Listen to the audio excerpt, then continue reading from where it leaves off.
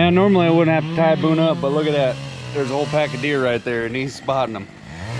So, welcome to the channel, everybody. Showed up to this one a little bit late. Come on, Boone. Feed belt already got started. This is a carryover job.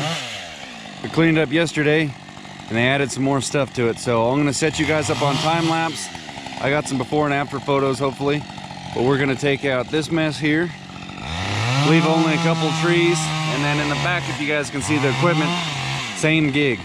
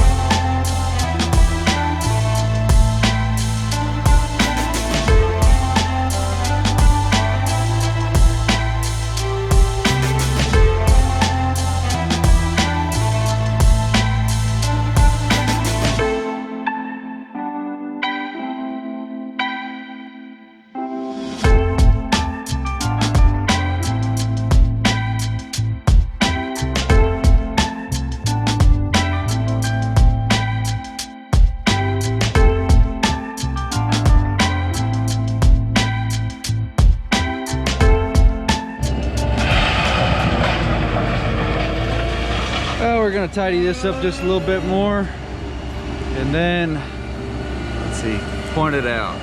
The oak shoot that's leaning over gentleman's shed, we're gonna take that down, and then one more cedar. Left this goofy horseshoe tree just trying to make it look a little less barren right here, but I'd say that's a pretty big improvement on fire safe right there. I still got to do a bunch up there, but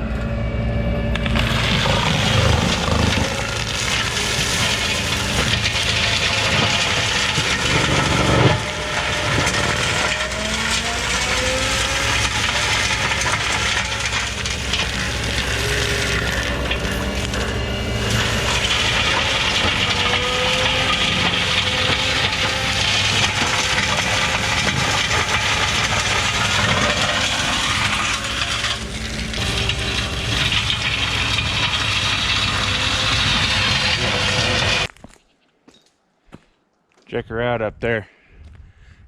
I was over there cutting some stuff. He's been over here just going ham. It's my dad up there, 56.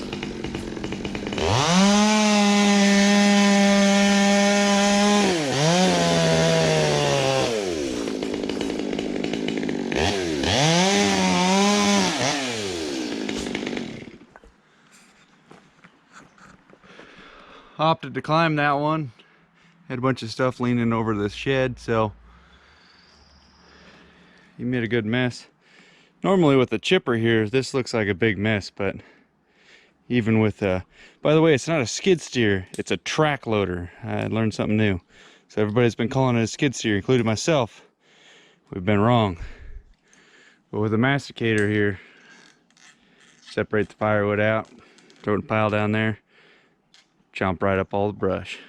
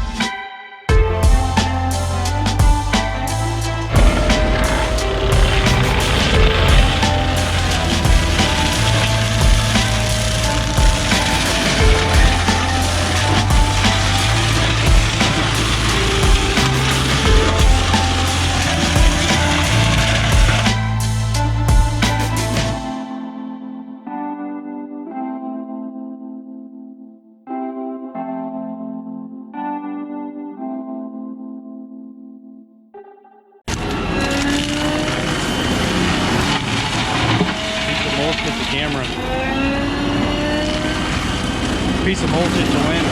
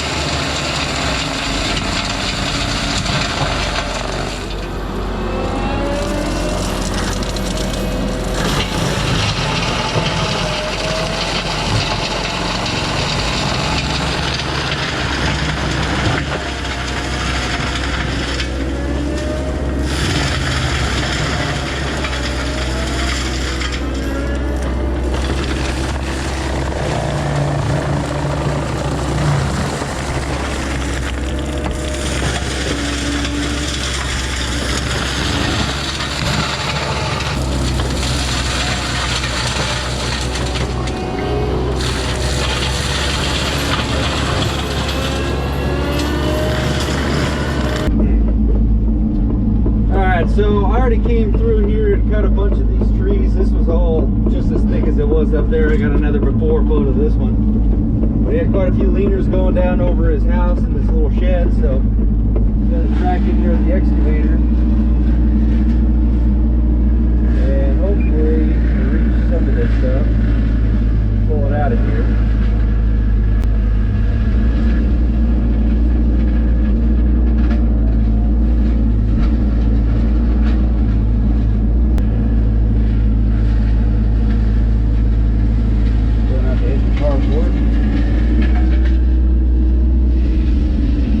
That one right there.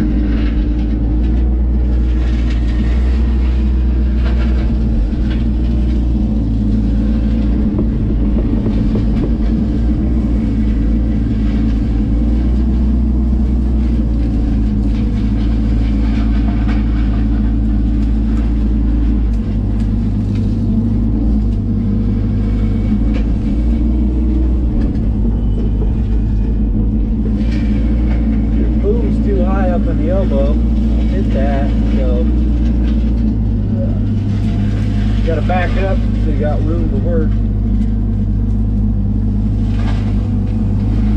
Big old patch of poison oak beam like that one. We're gonna actually take that whole tree down, so much better.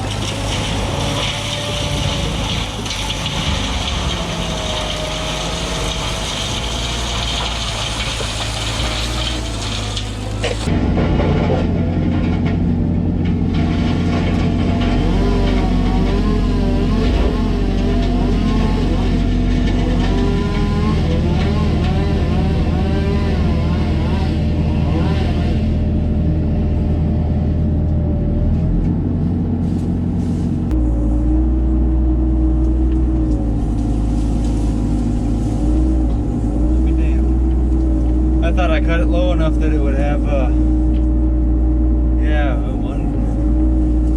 But she got her done. Yeah, I thought for sure with that big old fat booty I left on this thing, it was gonna work out slick and just stay vertical for me, but nope.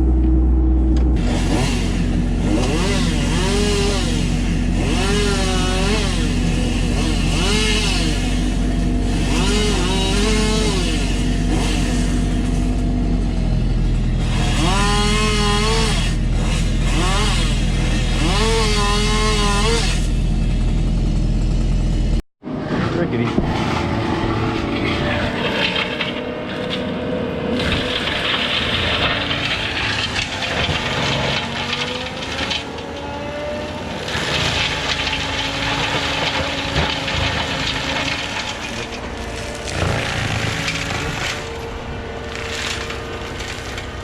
Right back up.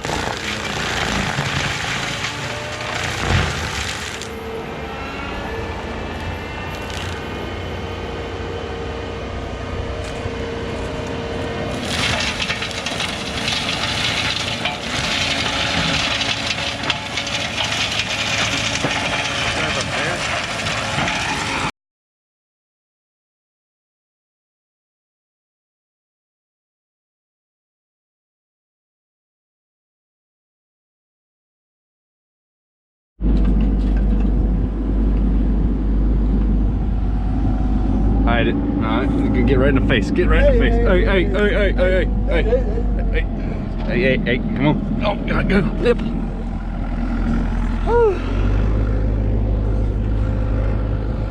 Well, as Dad loads up the little bit of firewood that we harvested out of there, it's good oak logs. Might as well take it and turn it into something or something rather than just mulch it into the dirt. But this job started off as this tree right here. Andy and the gentleman that owns the house, Andy goes to the bar every morning, not to drink alcohol but to get a coffee, and this guy that owns this place owns the mine shaft here in Nevada City out of Sutton, California. And this tree and one more up there, they were so rotten that no climber wanted to get in them. So the boy Brian, he's got like this trackland man lift. I've never been around him and never even seen the machine, but it stretches out and he can reach pretty decent height with it. So he took it down in pieces with this little trackland man lift. I forget what they're called. But we came in, our job was just to get the logs, grind them up, and if there's any that Andy needed to haul off, he can haul them off. But we ended up just grinding them up with the 12. Left a little center cut out of each of them that was still hard, like heartwood, that wasn't completely rotted. Could have thrown some knives on the 12, would have been nice, but Dad just took them home. I don't know what the heck he's gonna do with them, but that's what it started off as. But then we're talking to the gentleman, and all this up here, I'll show the before and after photos. He wanted a fire break because obviously his house there, and then he still wanted to have you know, a blinder so he doesn't see his neighbors. But the way physics works with fire is it burns uphill way more often than it ever burns downhill, and that's the road right there behind his blinder fence. So he gave us well, we offered him to work one more day for him, and this is what we got done. We took down all that stuff where he's running the excavator now. That was pretty good half day. He had to climb that tree, and while he was doing that, I was up here running the chainsaw. Took down, shoot, a couple hundred trees right here. We got her nice and groomed up for him.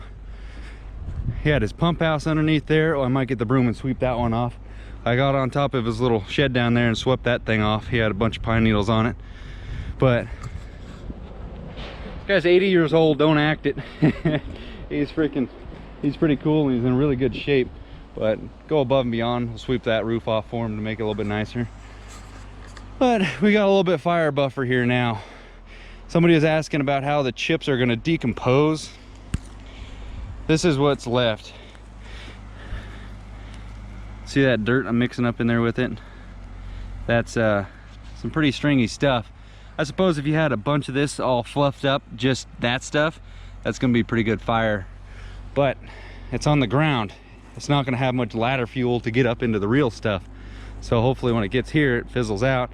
But look at it right here. This is just, there's a lot of dirt mixed in with that. That's the perk of running one of those heads with the carbides. It's because you can mulch your stuff, then push your head down, and you can start to subsoil and make it into something nice. But that TL12, you know, it's a machine we didn't expect to get. Really aimed at a ASV, but after driving both of them, and they both get the job done. Really liking that. So gotta say, you know, you go and look at something, you don't know it until you try it. And I tried them both, and that's the one I liked, and I haven't regretted it at all picking that one out of the two. It would be nice to have higher horsepower, like a real horsepower-ish out of, you know, the new Lamb track. That would be cool. But that thing, for what we're doing for this little backyard job, Jim down there, Global, he made that happen real easy for us, and pretty stoked on that. So this is what we bought the machine for, is doing these little backyard jobs and being able to zip around like yesterday. This thing, it's got a small fuel tank. It goes into the yellow at like 14 gallons, it seems like. So we got to make stops, and the truck, you can see where my truck is. I always carry the fuel in mine. It is way down there. Having the rubber track versus the Prime Tech or the Lamb track, which we normally run, that thing's just right there. I can zip down there on the blacktop, fuel it up, and it doesn't take much time at all. So the rubber track is freaking nice. But anyway, I'm gonna end this one, guys. So thanks for watching. Hope you enjoyed. Hit them buttons, like, comment, subscribe, and if you guys are interested in buying Prime Tech FE and all that good mess, call my boy Jim. He will make it happen for you. Yeah, liking this machine a lot. It's got 78 hours on it. I got to take it home and do a oil change on it. It's a little bit actually overdue, but it hasn't really been home. So and I just got the filters from Jim. He brought them up the other night. That's service. He brought them to the house. But we'll catch you guys on the next one. Hit them buttons. Later.